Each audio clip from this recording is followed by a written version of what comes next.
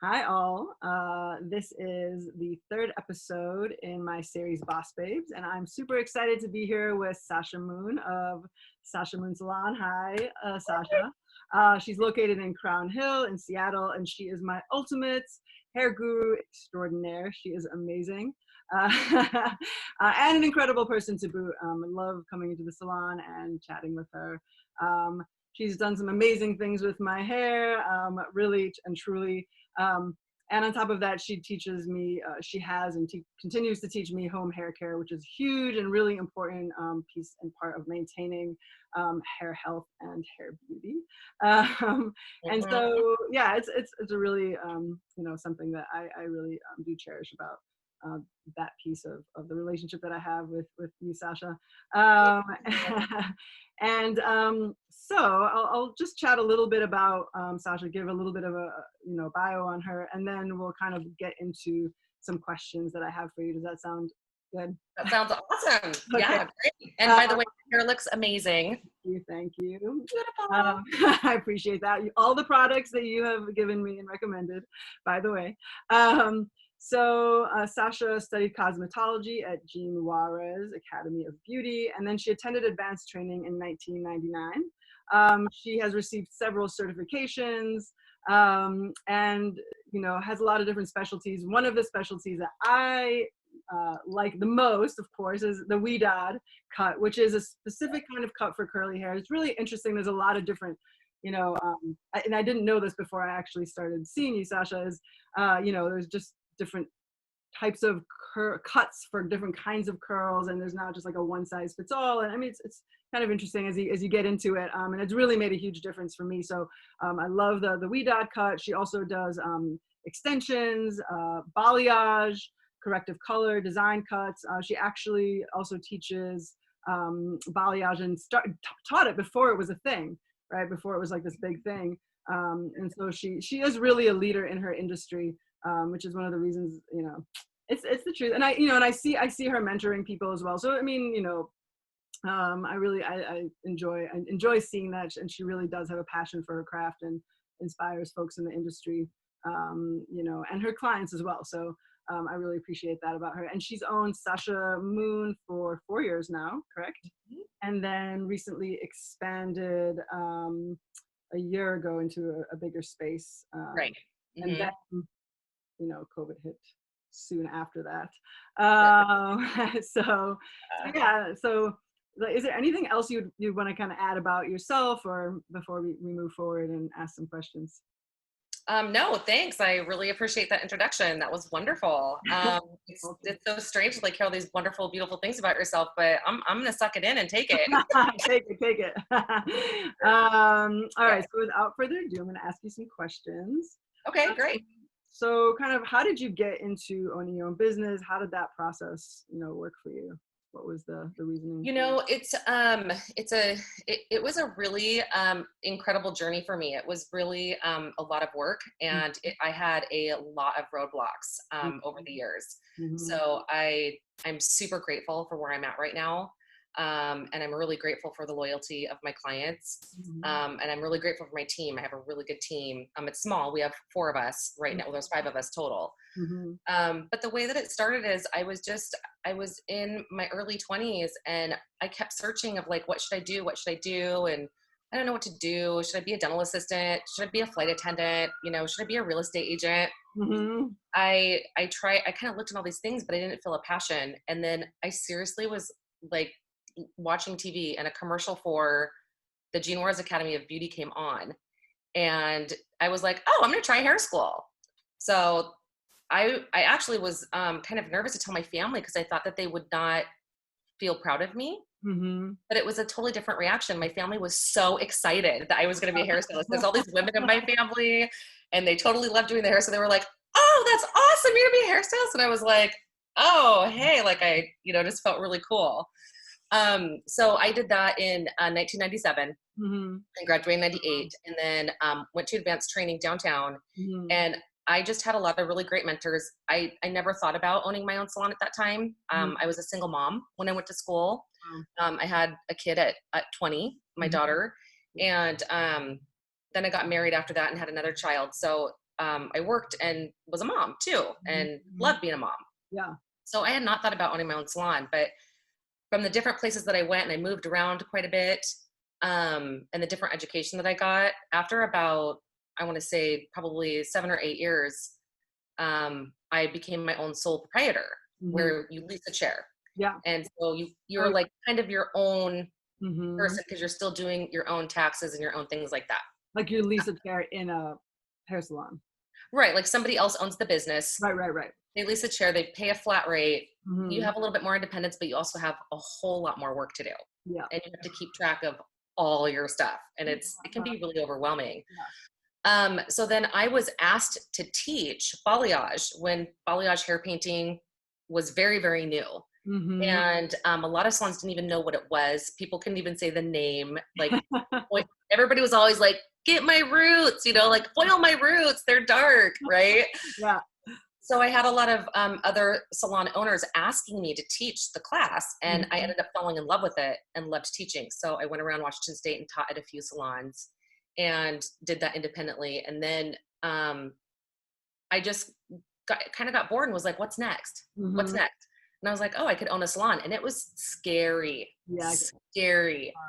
Wow. But I'm really motivated, and I think very positively, even when I'm in a really low place. And so I have a lot of people around me that support me. And I seek that out. So I just kept going, and now I'm here. And so now I teach in the salon. I teach advanced training classes once a month. Yep. And so that we're always staying up on all the trends. And we definitely love curly hair here. I mean, we do, straight hair too, but curly hair it's a niche. It's very challenging to do.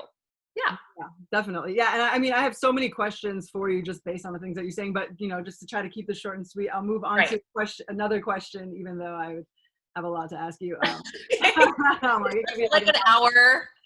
Yeah. But just for the viewers. So, how is COVID affecting your business? What's happening? Oh gosh. How are you moving forward? Kind of it's a lot of questions in one. So, I apologize for that, but that's okay. With the phase, like what's happening with phase 2, all of these kinds of COVID related issues and how they're affecting your business. Right. Well, especially for the viewers, just to give them some information, this is obviously very challenging for all of us. We totally miss our clients. We love our people. We're so connected. We miss seeing your guys' faces. We miss hugging you. Like, it's so hard for us. Yeah.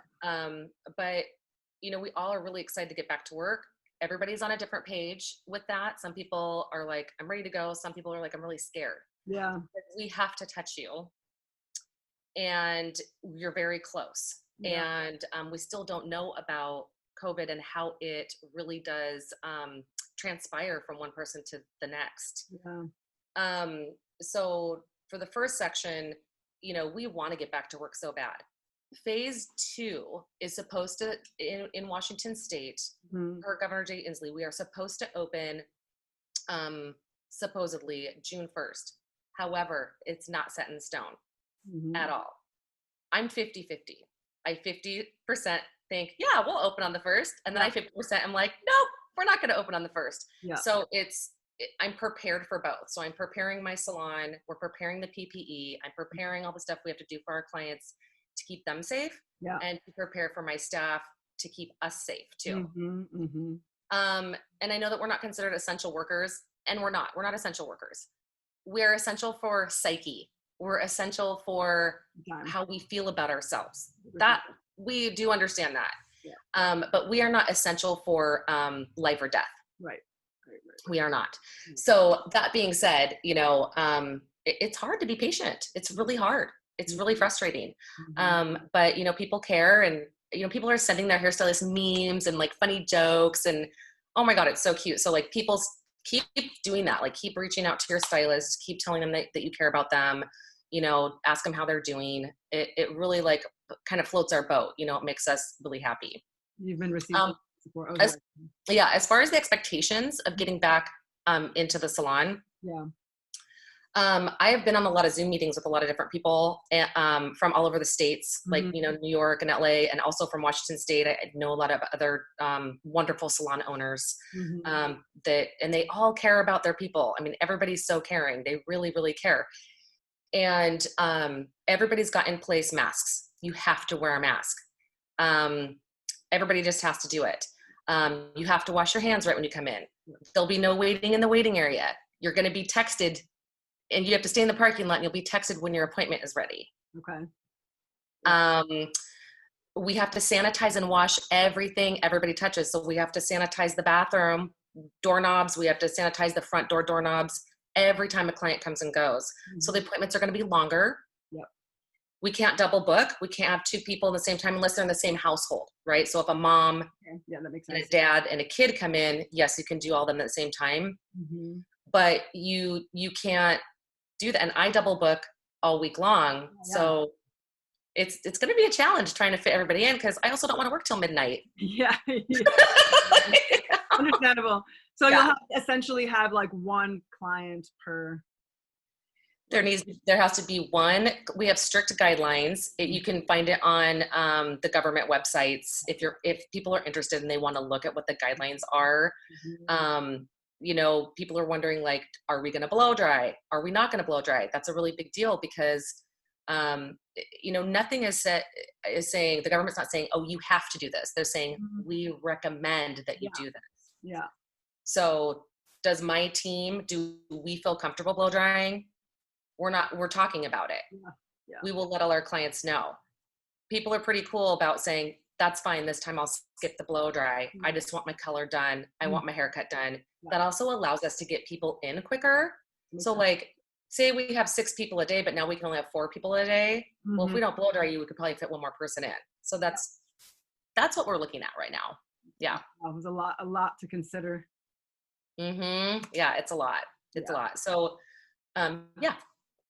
Awesome. Well, lots more questions about that as always, but I will move on to the next question. Thank you. Okay. I appreciate that. No problem. No, but that's very helpful for people. You know, that's very helpful to know and kind of think through right. how that's gonna what that's gonna look like.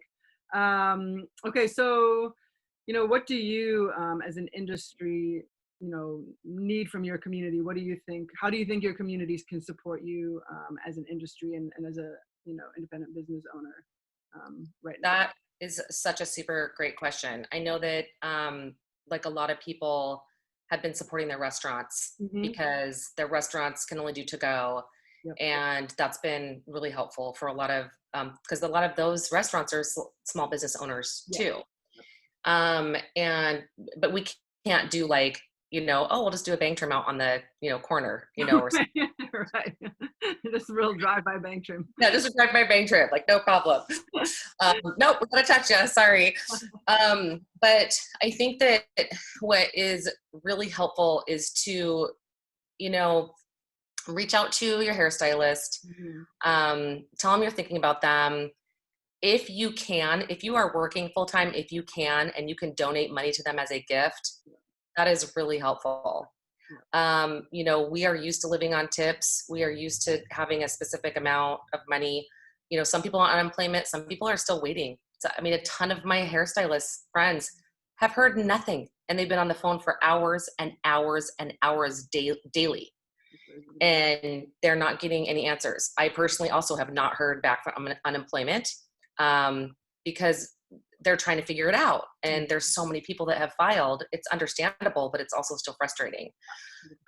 So, you know, if people can want to do that, they really want to help and they are financially able to help, a little bit goes a long way for people. It really is, especially like those hairstylists that are single moms. I have a big soft spot, or single dads.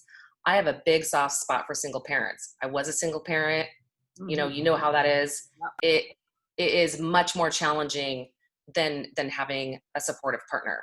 I have a supportive partner now. I don't have little kids at home. Oh my gosh, I feel like that'd be the most awful thing right now, is to have little kids at home. No offense, but I miss having little kids, but yeah. No, it's tough. Yeah. So if people can support their stylist financially, I think that would be really a beautiful thing. If they can, and if they can't, totally understandable. Nobody's expecting them to do that, but like, just sending them a little note, you know, I don't know, mail them something, put something in the mail and write a cute little note that says, I really miss you. I can't wait for you to like do my hair. My split ends are dying, you know, something like that. Yeah. I know I've texted you being like, my hair is, I need you. But yeah, and I will put your link up. So Sasha has a GoFundMe link, and I will put that up on Thank you. Yeah, for you, and obviously donate as well. So yeah, so that's, you know, one way that, you know, we can. One other thing too, Sharon, that I do want to state to everybody too that, you know, goes and get their hair done is please be patient with us when we do reopen. It is going to be really strange for us. It's going to be really odd. Yeah. We are not going to be able to squeeze everybody in. We can't squeeze anyone in. Yeah. So if people can just be really patient with their hairstylist, like we're all really excited, but I think after like the honeymoon period when we can reopen, it's going to get a little stressful. So if people can just be really cool about that, which I think most people are. Yeah, I think they will be. I mean, I assume most people would be, you know, and given like the situation, of course. Right. Yeah, no, that's a really good thing to keep in mind and remember, you know, as folks are opening back up, salons are opening back up. So, right. So yeah, no, that's, you know, that's really helpful. And so, okay, last question, kind of more of a fun question, but something that I'm really curious about is, you know, so what hair trends do you see happening for 2020? Oh my gosh. Well, like right now, I feel like everybody wants to chop their hair off. Yeah, 100%. And all these memes of like how people are doing their hair during COVID. Like everybody's like, I hate my hair, you know, and I'm like, okay. Honestly, a lot of it is very, like I have a very 70s inspired-esque thing going on. That's really popular right now. Like kind of a little bit of a middle part, hair kind of coming forward, a little Farrah Fawcetted back, but not too much. Yeah. Like that's really in right now.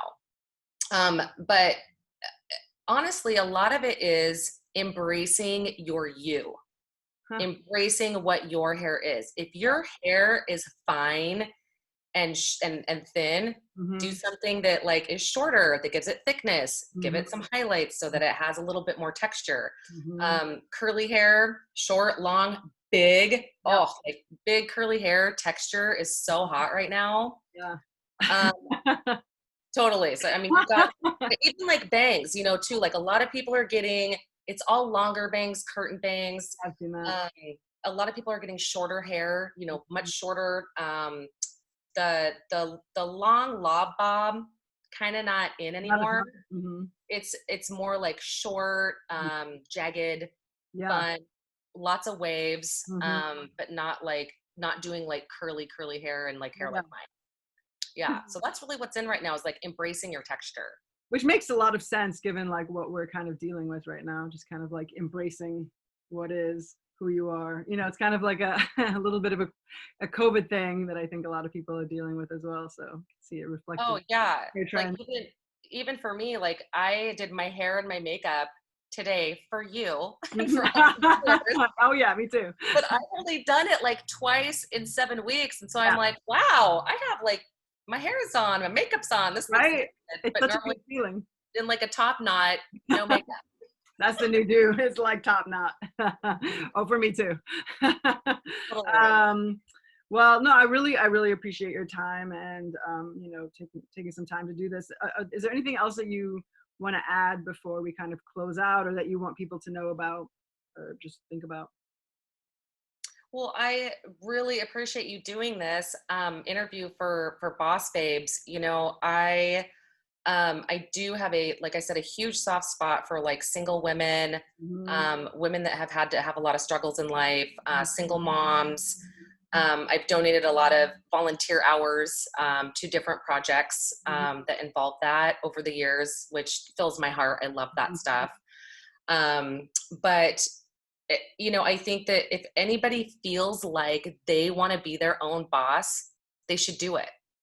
They should totally. And I tell that to my employees too. I'm like, we don't do a competition here. If you guys someday feel like you want to own your own place, great. Like be that person, have that journey, have that experience, because if that's what your heart's calling you to do, you can do it. The sky is the limit. Yep. Totally. 100%. I like that. I agree. Yeah. Thank you for that. I appreciate that. Yeah. Well, yeah, and so thanks again. Thank you so much, Sasha. And you know, if folks have questions for Sasha about any of this stuff, you know, you can message her or comment below. I'm gonna tag you in it. Okay. So yeah. You guys can and she'll comment back, I'm assuming, and then I'll put her GoFundMe link up as well. So thanks again, Sasha, and Thanks, can't Sharon. wait to see you. So you can fix this mop that I'm starting to have over here. Still looks gorgeous. I appreciate it. All right. Well, thanks for the interview. I really appreciate it so much. Sasha. Bye. Okay, bye.